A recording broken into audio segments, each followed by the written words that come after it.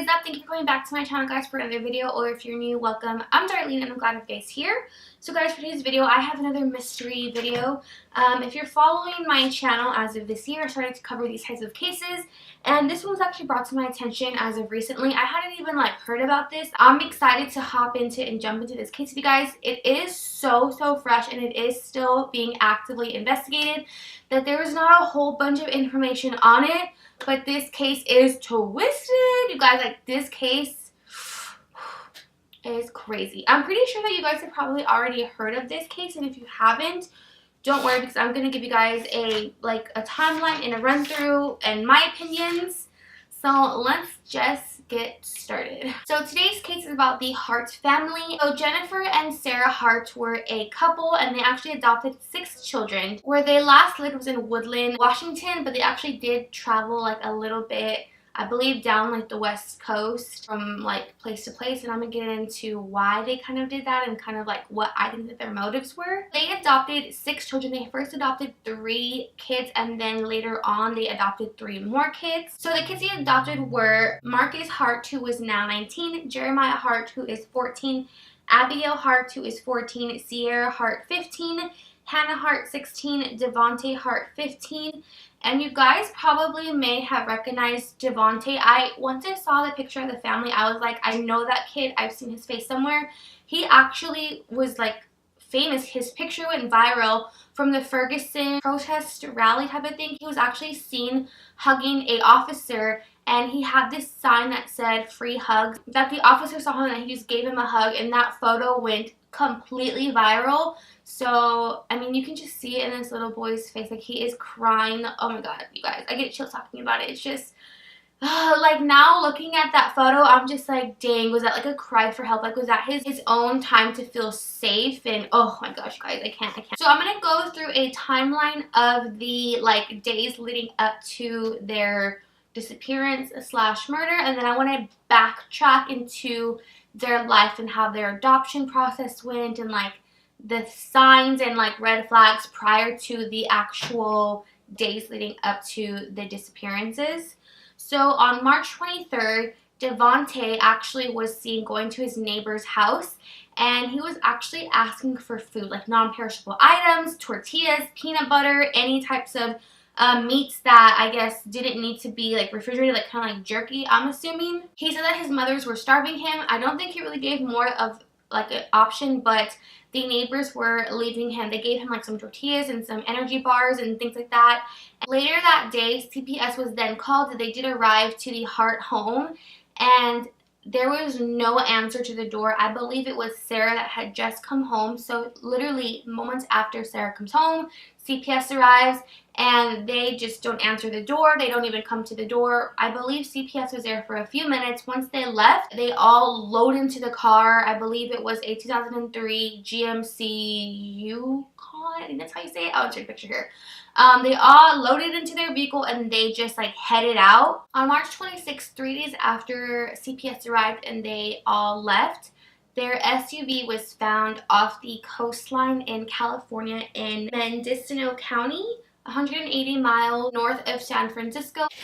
They were in Woodland, Washington. They traveled about 400 miles, a 9-hour journey. Nobody really knows what time of day it was, but a family vacationing actually, I guess, looked over the cliff and saw this vehicle flipped over. Now, where they were at was kind of a little lookout point. We can kind of drive up, and there's a little I guess a little dugout. There's a gravel road, and there's enough space for few and multiple cars to go and look at the view and the scenery. So 5 people were found in this vehicle. Jennifer and Sarah Hart were deceased. Marcus, Jeremiah, and Abigail were actually found out of the vehicle surrounding the car, I believe either in the water or on the cliffs. Sarah, Hannah, and Devontae are still missing. Now, as of, I believe, 2 days ago from today is April the 11th, so 2 days ago, they actually found another body in the ocean or nearby where the crash was. Now, investigators say that it's going to take weeks to figure out if this is actually one of the missing children. So as of now, there are for sure 3 children that are actually found deceased. The other 3 are still missing, and in due time we will find out if the other child was actually one of the missing children. Through March 26th to March 29th, the police and volunteers are searching for the missing 3 children, and at this point they are unsure as to whether these 3 children were actually in the car. Some say that maybe they were left with friends, or maybe they planned to have run away. Devontae was actually seen at his neighbor's house asking for food, non-perishable items, so we don't know if the children were actually in the vehicle when it went over the cliff. And keep in mind, guys, I don't think I mentioned this, but the cliff was from where they were 100 feet down. On March 31st, it was found out that the vehicle speedometer was actually at 90 miles per hour, but it seems like this was intentional. Like, they were going 90 miles per hour over the cliff onto a 100-foot drop where there's nothing but like rocks. And it's also important to realize, guys, these children were not wearing seatbelts. Jennifer and Sarah, however, were wearing seatbelts. There was also no signs of braking, no skid marks. There was another article I saw where someone had actually named these marks on the road to be like marks from the vehicle going over. But don't get it confused. Those marks were actually from like the tow truck bringing the vehicle up or trying to like get the car out of the cliff. And I know, like, I've never like actually fallen asleep at the wheel, but if you guys are like ever on the highway and if you're like on either the left lane or the far left lane or the far right lane, if you go out just a little bit, there's like these bumps and like you'll immediately be like, whoa, and then like you'll jerk off into like the right lane if you got off just a little bit because it's so like bumpy and noisy.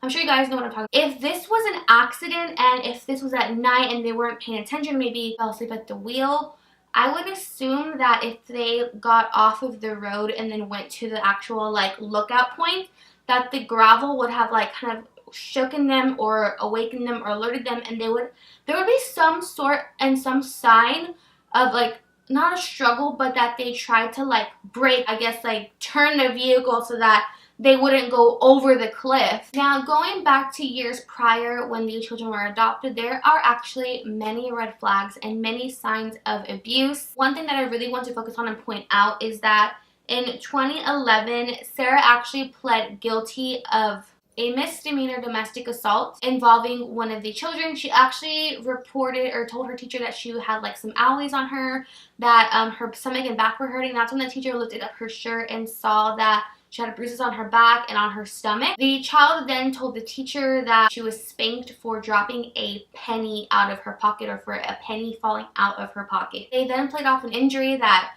they fell or just different things like that. Like, it was never on the parents. Like, they always made some type of an excuse or something that why these kids were running away or whatever. And for this particular example, I read 2 separate articles, so I don't actually know which one is correct. One article I read said that she was actually sentenced to a year of probation and she had to serve community service.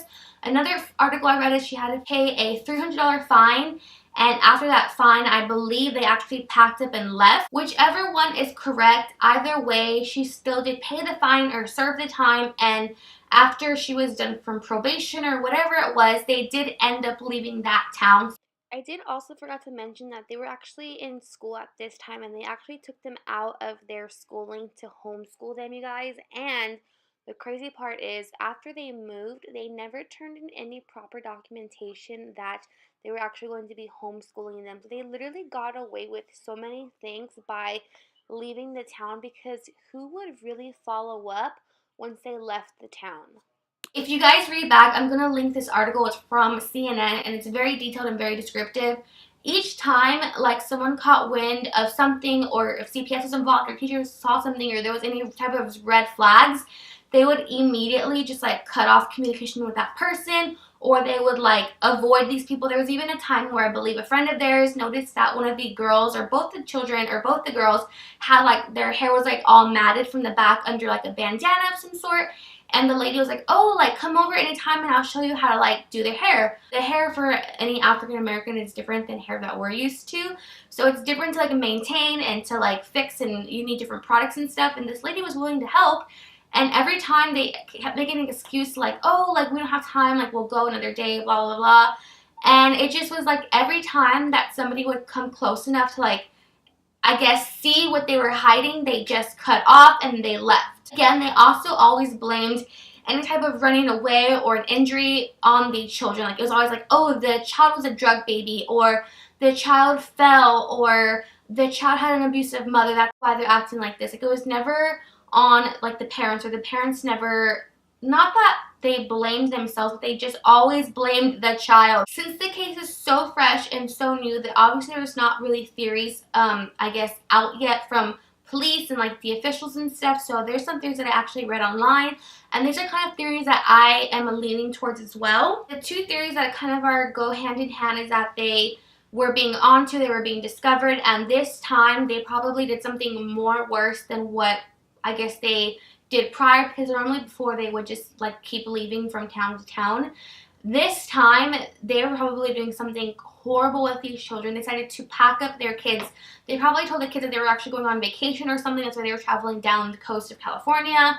And they actually had the intent to run away and to kill them and kill the children. Another theory that I read, and I'm not sure that I fully believe with it, they either killed Devontae, Devontae was the kid who was known for his photo at the Ferguson rally, that he actually was the one that went to the neighbor's house and asked for food, and that they probably beat him so bad that they killed him. Or maybe Devontae actually was planning to run away with his other siblings, or maybe just two of them were actually in agreement to running away and they did run away, or either he was beaten so badly that they killed him and dumped his body, or maybe they threw him off the cliff. You guys, like, there's just so many things. Like, I don't really know. It's just, it doesn't really make sense. I mean, none of it makes sense, but it's just weird how there's 3 children still missing, but I don't know, you guys. Like, it is so fresh and so new that I don't really know what is what, and my mind doesn't really know what to process. All I know is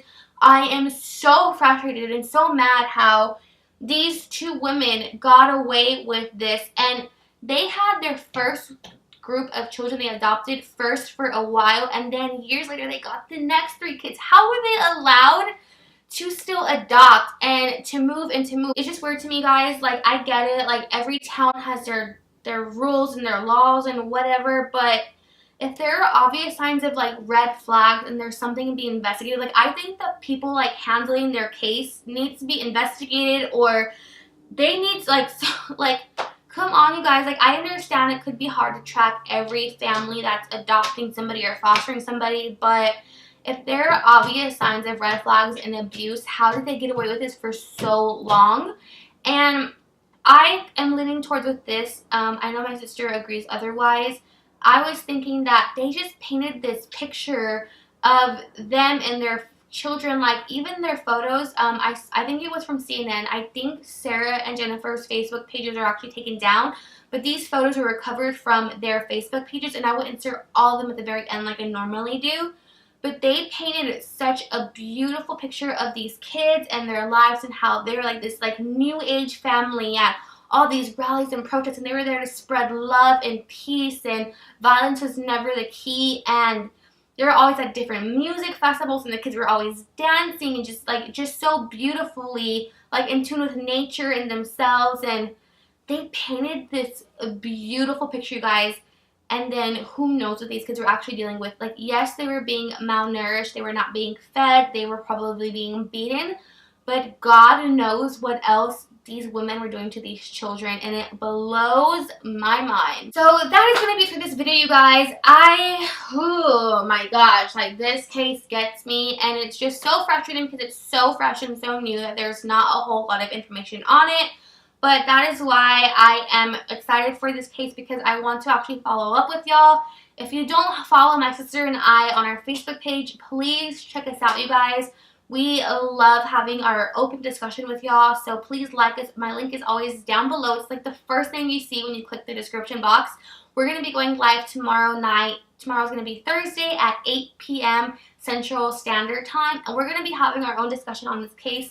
Already, my sister and I have our little differences on this case, so that's what I like, because we come together, share our theories, talk about it hand in hand, and we just kind of like figuring it out together and like showing our own opinions and our own theories. So please join us today if you guys want to have a more of an open discussion. We're going to be talking more into detail of the actual timeline of beforehand, like the different signs of red flags that we're seeing and not taking seriously or not really listened to. I also want to talk more about the neighbors and who they were and what they saw and what they witnessed. So please check us out there. If you guys want to chat with me down below in the comments, if you don't have Facebook and you want to talk about it down below, let's talk about it. That is going to be it, you guys. I'm going to stop rambling. I hope you guys have a good night. Please be safe and stay blessed wherever you are. Remember to take care of yourself, watch your surroundings, and I will just talk to you guys soon.